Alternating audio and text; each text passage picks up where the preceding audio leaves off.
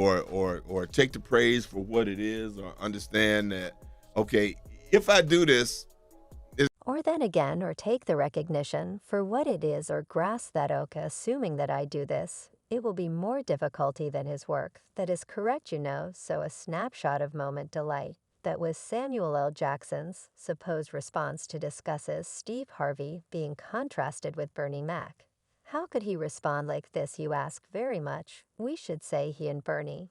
Go way back, I realized he was having some medical problems.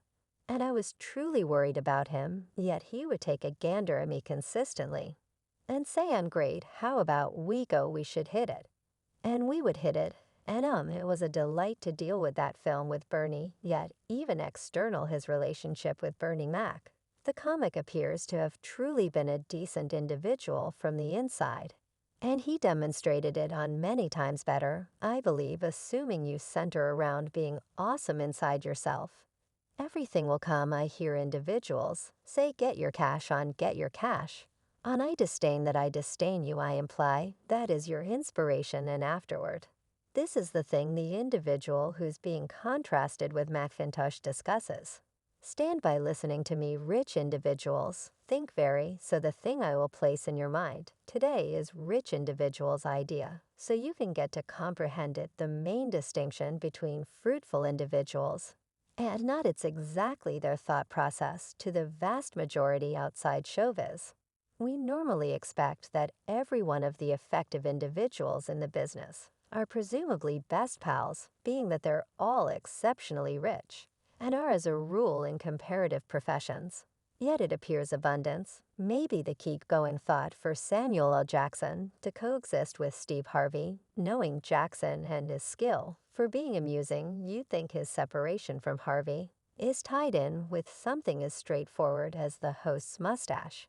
Yet it appears to be his hatred could run a lot further, and everything leads back to Bernie Mac. You see, a great many people know Harvey and Mac had a relationship, being that they came up in the business together. Anyway, what the greater part of those individuals likewise don't know is that before Harvey became public, with Macintosh the comic and Jackson had previously been companions from way back. As a matter of fact, as per what Samuel L. Jackson has depicted of their relationship, Maxwell was essentially open to him at whatever point he wanted a spot to remain. Now, it appears to be hearing Steve purportedly strike up a few discussion about how he and Macintosh were on a similar way could have set off the Vindicators entertainer, scored for the superstar, have he not just as by all accounts calling Harvey out for the examination.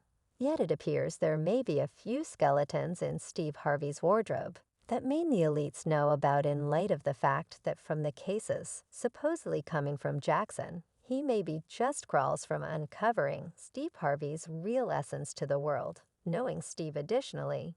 Throughout the long term, he doesn't take excessively sympathetic to individuals going after him, so he could actually shoot back. The thing everybody is asking is what precisely it is Steve said about Bernie that impacted Samuel enough to call him out. We should get into it. You feel that the hamburger between Bernie Mac and Steve Harvey was on the grounds that Steve Harvey was getting a ton of organization love during the time, and Bernie Mac not really, definitely, and afterward Bernie began to get it, saying Steve Harvey and Samuel L. Jackson have an unstable relationship would be an exaggeration, as the pair don't appear to share anything for all intents and purpose. Especially at first, everybody thought it was Steve's extreme character, as the vast majority would concur was likewise Jackson's concern.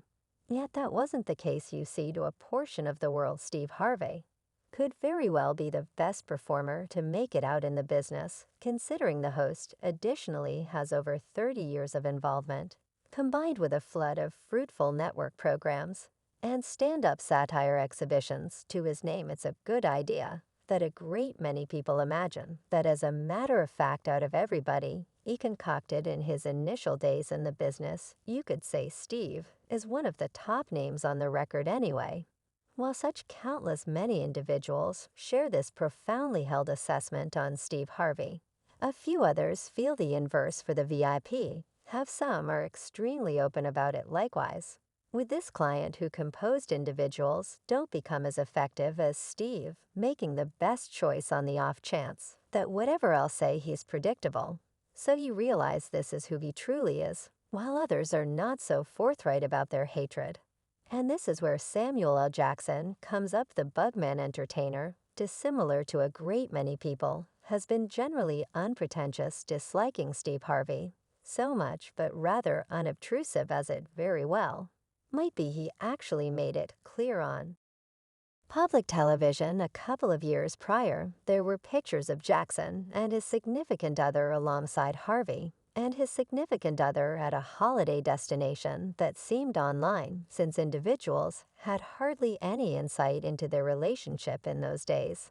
Everybody accepted they were companions. The titles around then even expressed something like Steve Harvey, Samuel L. Jackson, and Wizardry Johnson delighted in July 4th on an extravagant yacht with their spouses. A couple of years after the fact, Jackson shared that gathering up with Steve wasn't in that frame of mind, that all he made sense of that he and his significant other were making a beeline for their holiday destination for the year when they ended up catching to the VIP.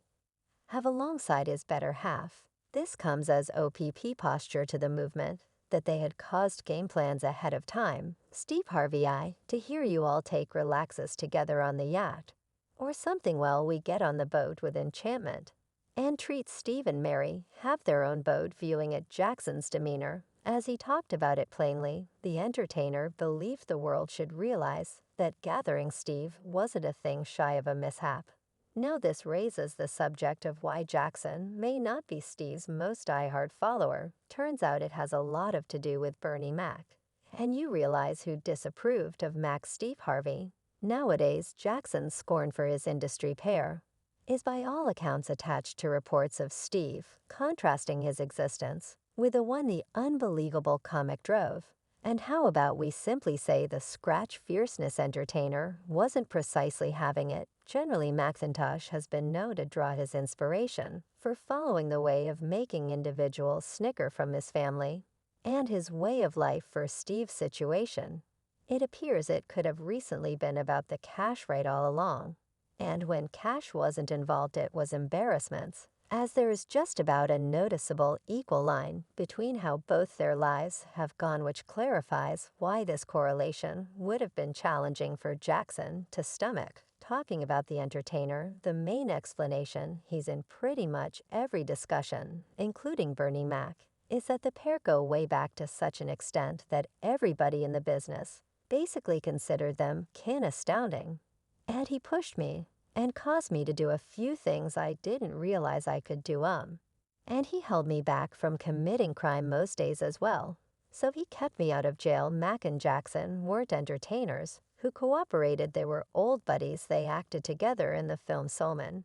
Yet what the vast majority don't know is the way close Samuel Jackson and Bernie Mac truly were. Jackson has gone through years discussing the existence Mac drove since he passed in Soulman. Jackson and Macintosh played characters who used to be in a rally. They went on a psycho excursion the nation over to perform at a show in memory of their lead vocalist who had died. Unfortunately, Bernie Mac became ill and kicked the bucket from pneumonia in August after they wrapped up making the film. It's significantly stranger that he never saw the film. Jackson said the hired gunman's guardian star called McIntosh a companion, and said the C's 11 co-stars would join in and perform parody at Jackson's golf competition in Bermuda. Beyond shooting Soulman, Jackson said he didn't get to invest a lot of energy with Macintosh while he was alive, as the entertainer was reserved to the edge featuring in his show, The Bernie Macintosh Show, which was a Fox parody series that broadcasted from 2001 to 2006. We used to discuss exploding and being renowned in doing everything and all of that. That said Jackson, then when he got popular, he was here in LA. And I never saw him since he was 2 in the middle of doing his television program. Consistently, I didn't go by and annoy him, yet I would run into him at capabilities. And we got to get together. That was what his identity was, and I value that about him. And I love the way that when I came to Chicago and I was doing moderator Bernie dealt with me the closure of Solman. Highlights a devotion to Macintosh and Isaac Hayes, two genuine soulmen, and Surmas whose thought it was that's right comprehension, the premise of Jackson's relationship with Macintosh, makes it simple to perceive how the entertainer would definitely dislike the pair being looked at.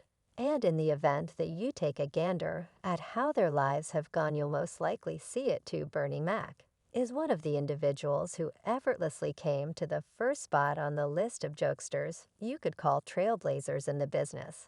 Yet you understand what they say regarding extraordinary influence. It accompanies extraordinary obligations. And it appears it could have been those very obligations that prompted his less than ideal destruction, most popular today for his hit television series, The Bernie Mac Show. And